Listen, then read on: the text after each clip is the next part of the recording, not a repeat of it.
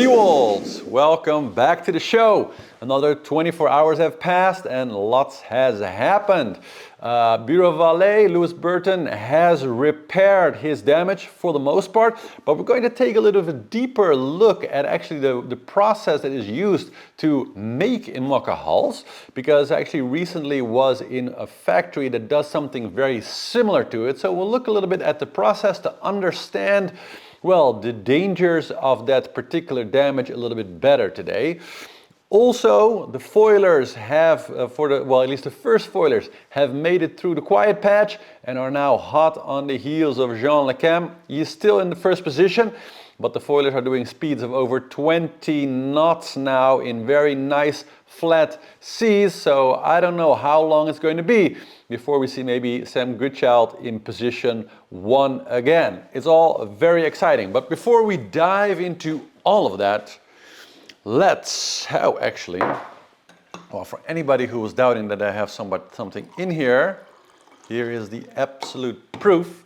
It's coffee today. I hope you have something also delicious in your possibly official, available in the comments down below, Sea Wolf mug. Here we go. 3, 2, 1. Cheers, Wolves. Hi guys, good morning from Malizia Sea Explorer.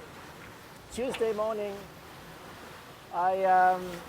I was sitting here, this is my favorite spot. The wind is from the left, we're going this way. And on this side you stay mostly dry, there's no splashes of water. And during the day you have the shade here and a beautiful view on the foil. And right now we have a bit of wind, we have about, sometimes picks up on this swell that we have and gets going. And then it looks beautiful to feel the power from the foil, to look out here, to have these beautiful two sails. The J0 and the J3 are nicely shaped, harmonically together, creating this airflow through here, which makes it nice and chilly. I woke up with a bit of mindfulness. I kept my eye mask on. That was maybe 15 minutes ago.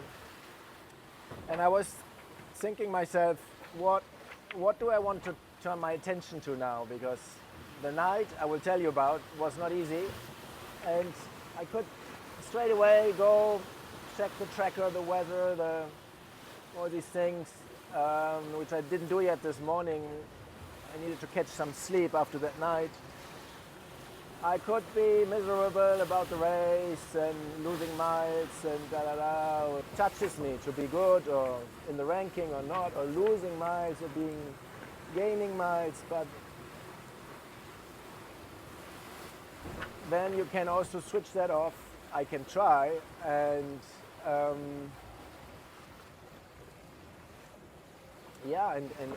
see the essence of the beauty of the ocean and being here on this fantastic boat that is really well prepared, it doesn't have any problems. And we do this gigantic adventure. Yeah, so let's start with the situation on board Bureau Valet. Now, Louis was able to, for the most part, repair the damage. Take a look. C'est la zone là-bas.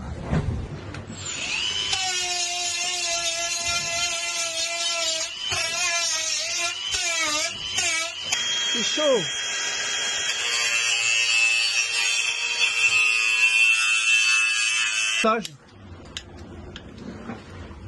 Entre les deux parties du nid d'abeilles.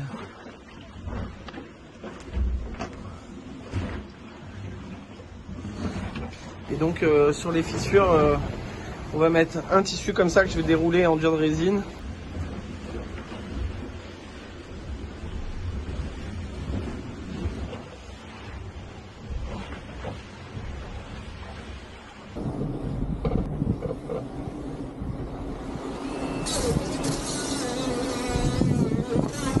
Bureau Valet, on retrouve les indications sur la coque.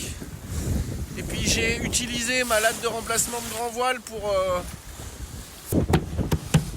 On a retrouvé une intégrité structurelle, ça craque plus, les fissures sont comblées. Now, first of all, That looks like it was very hard work. It's an amazing thing that he was able to really affect these repairs, and they look really good. Now, he's obviously used these carbon strips and re-laminated parts of it. He's talking about the fact that he's put the carbon directionally in the ways to maximize its strength in the way that the forces will act upon the deck. So he's really done the utmost to restore the structural stability in that part of its hull. And I guess it's admirably, and at least for now, he's trusting it, though he's still working on it a little bit. But in order to kind of understand the real concern here and the lingering concern, I think it's good to show you all a little bit the process of how this is actually made and why a tear like that is quite problematic. And to do that, let's take a little trip outside here. You can watch me grow my hair literally in seconds, to the contest factory where I recently was to witness an injection where they do basically the process that is more or less the same process, just with a different material, of how they make Imoca hulls as well. Check it out here. Hello, so we're at Contest Yachts again, and today we're doing an ejection of a new Contest 48, I think it is. So this is basically the same pouring process that we use on the Imoca and on the high-end racing boats. So really cool to see that in this actual luxury production boat we're using the same process, resulting in an ultra thin, ultra light, super strong hull. And so the whole boat's prepared. Basically what they're going to do now is they're going to walk around with a very sensitive microphone to check for any leaks in any of the plastic, because it's basically a giant vacuum bag. And of course they laid up all the material. And then they're going to turn on the taps. This is all going to basically fill with kind of the resiny material, and yeah, then it's going to be vacuum infused, as they say. So sealed under vacuum, really thin, really strong. Going to be really hot, and that's going to form a very strong hull. And then basically the process of actually building up the boat starts. And so it's kind of unique because this is a very rare thing, and it's really state-of-the-art technology. So it's cool that we can be here to actually see the process here for actual production luxury boat to go this far, to have this sort of like edge on the technology. So I just wanted to show you guys how cool it looks. By the way, small cool detail, you see this picture there. I shot that and it's in the factory. How cool.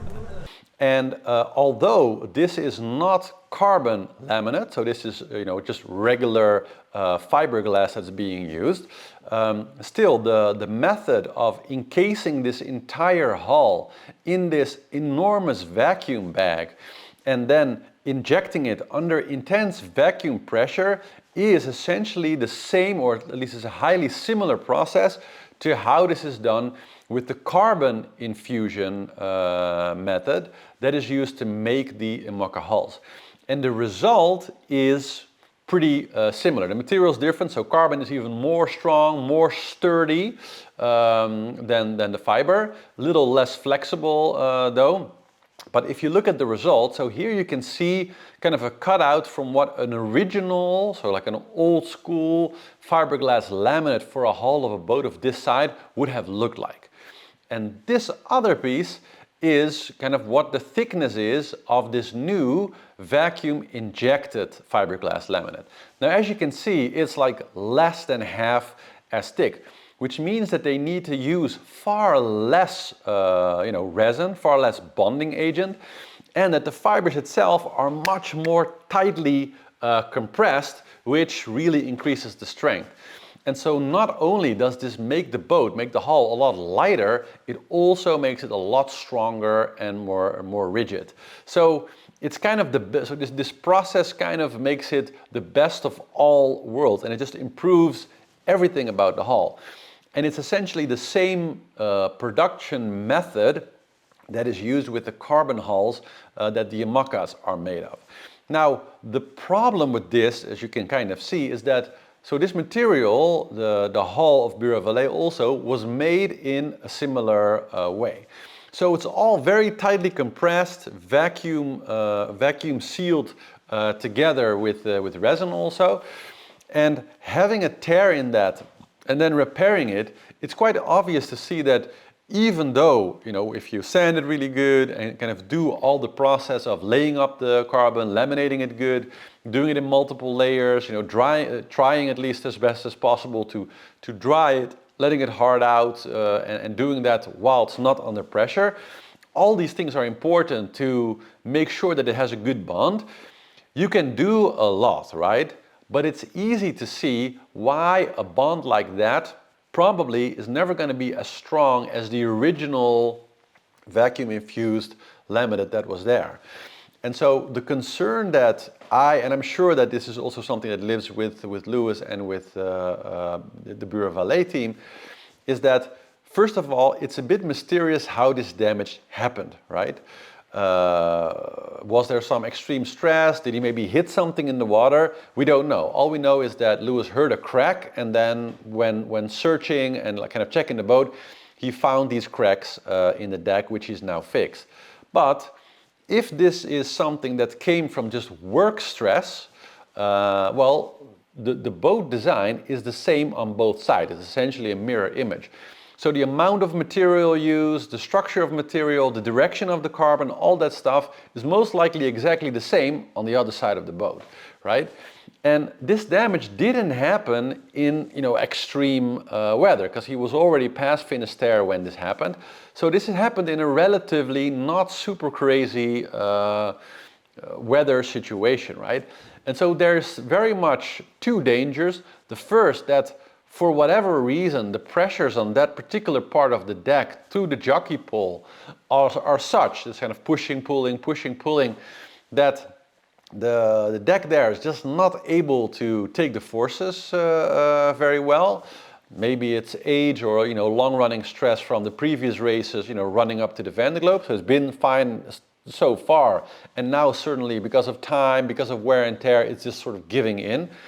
But the other side has gone through presumably the same amount of races, the same amount of kind of pre-life before the moment now.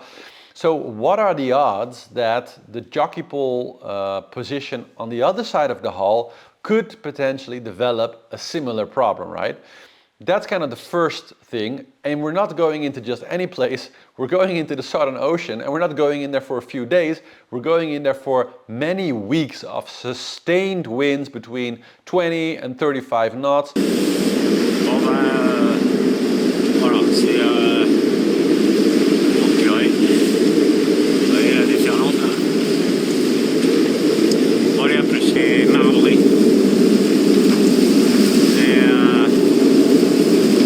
Et donc ça fume. Waouh. Bon allez, on peut faire.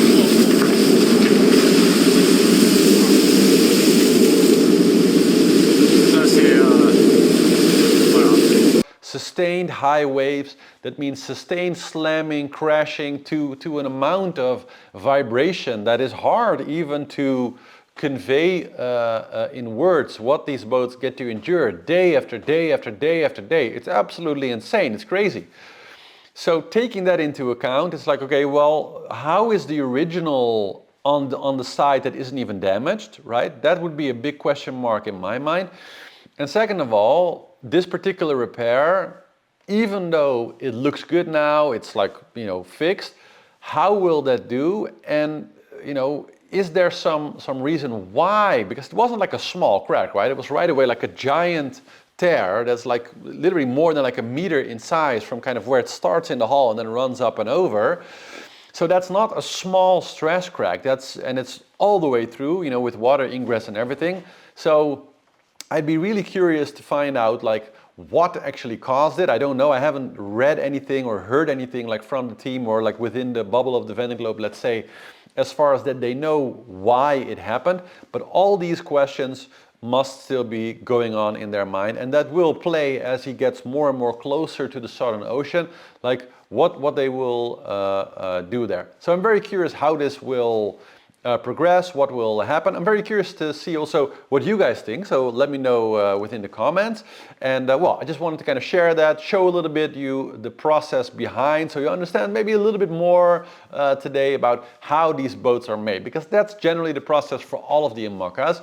And carbon is a great material, it's very strong, it is fairly easy to fix.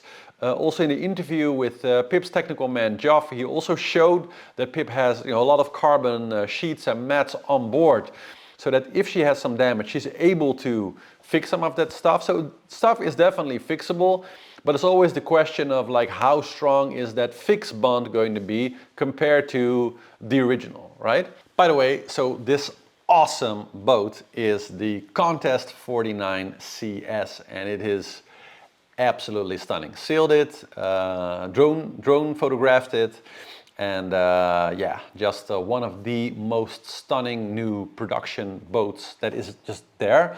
And it's really, I think right now, the only, it's a custom level, production yacht, but it's the only production yacht because this is patented technology to do injection with fiberglass. And so this is, as far as I know, the only one, or maybe like one of two companies in the world that actually do vacuum injection with fiberglass hulls, making it one of the strongest and lightest hulls that are available in the world. So pretty cool. Okay, so dive in here with me for the tactical situation of the moment. So actually, as we're speaking here, the lead changed. So I see Jean Lechem now in second place, Conrad in 14th.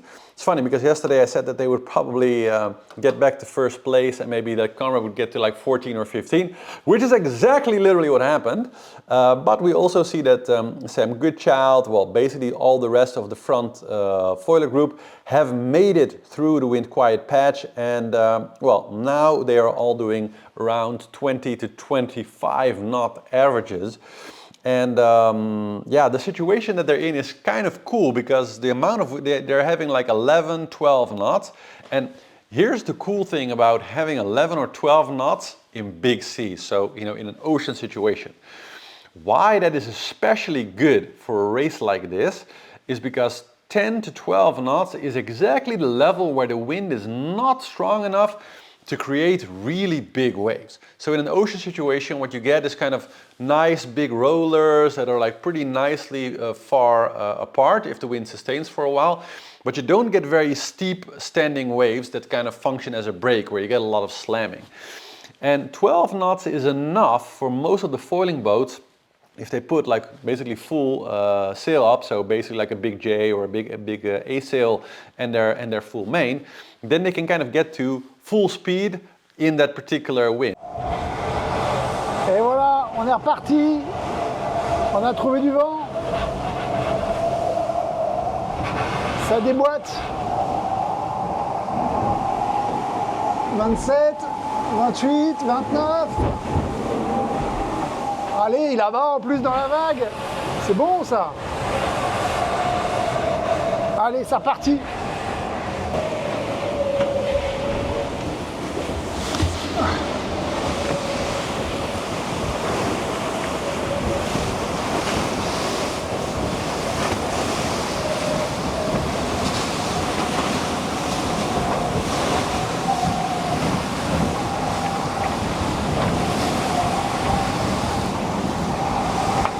Bien, 30 nœuds.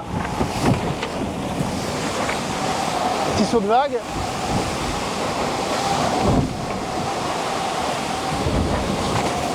Ouh.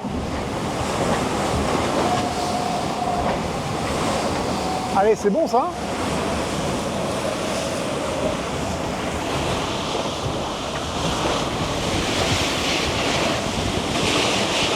Ah, il y a l'arrière qui décolle. Je vais lui plaquer l'arrière avec le ballast.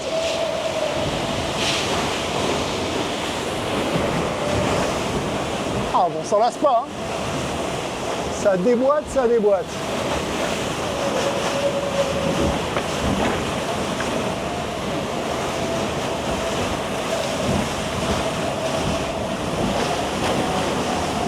Allez, c'est reparti, un dernier.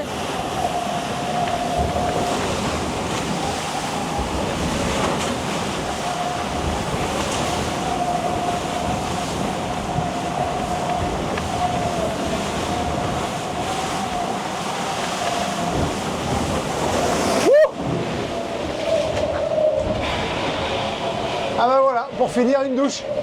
Now they're not going to get to the actual top speed, so they're not going to be doing 35 knots. The wind just isn't strong enough for that.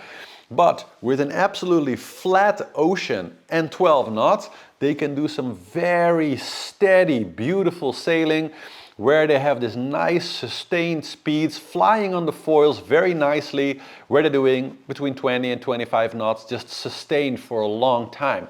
And the extra kind of added beauty of it is that because the waves are kind of gentle, let's say, that it's actually a way of sailing that does more or less the least amount of potential damage, because the amount of slamming and vibration and stuff is kind of the minimum of what you could have while still moving as fast as possible. So it's kind of the best of both worlds, right? Ideally, to go faster in a race, you want more wind.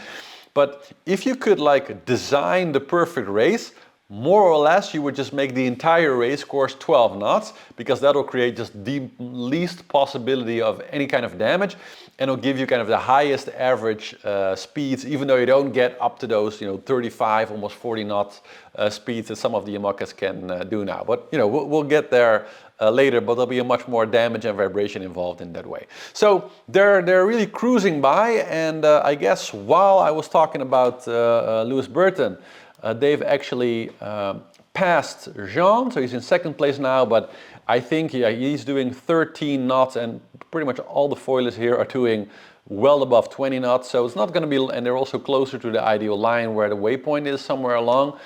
So I think we're going to see both Jean and Conrad fall back fast now, because they were a little bit unlucky, or you could say that the foilers got a little bit lucky in the sense that they made it through the Azores High a little bit faster than I thought they would. And yeah, dear Wolves, that puts us officially in the next phase of the race, because now it's no longer about, well, for some of it still is, but for the front of the group, it is now no longer the thing of getting to the Azores High. Now the new challenge is the doldrums. I guess that's it for today. One final point, New Europe, of course, Szabo back on track. He actually got on the way right after the episode yesterday, so good news there also. As far as I know, no other crazy big damages or problems. So that's it for the show today. I really hope you all enjoyed. Please like, subscribe. We're almost 30k subscribers. I think we need like 500 more or something. So in the next day, maybe 2 days, we could make it to 30k subscribers. That would be pretty cool. So if you haven't subscribed yet, make sure to subscribe. Hit the like button, the subscribe button, and the bell, I should say, so that you get all the updates when they come out. And with that, have a great evening and see you all in 24 hours. Ciao, ciao.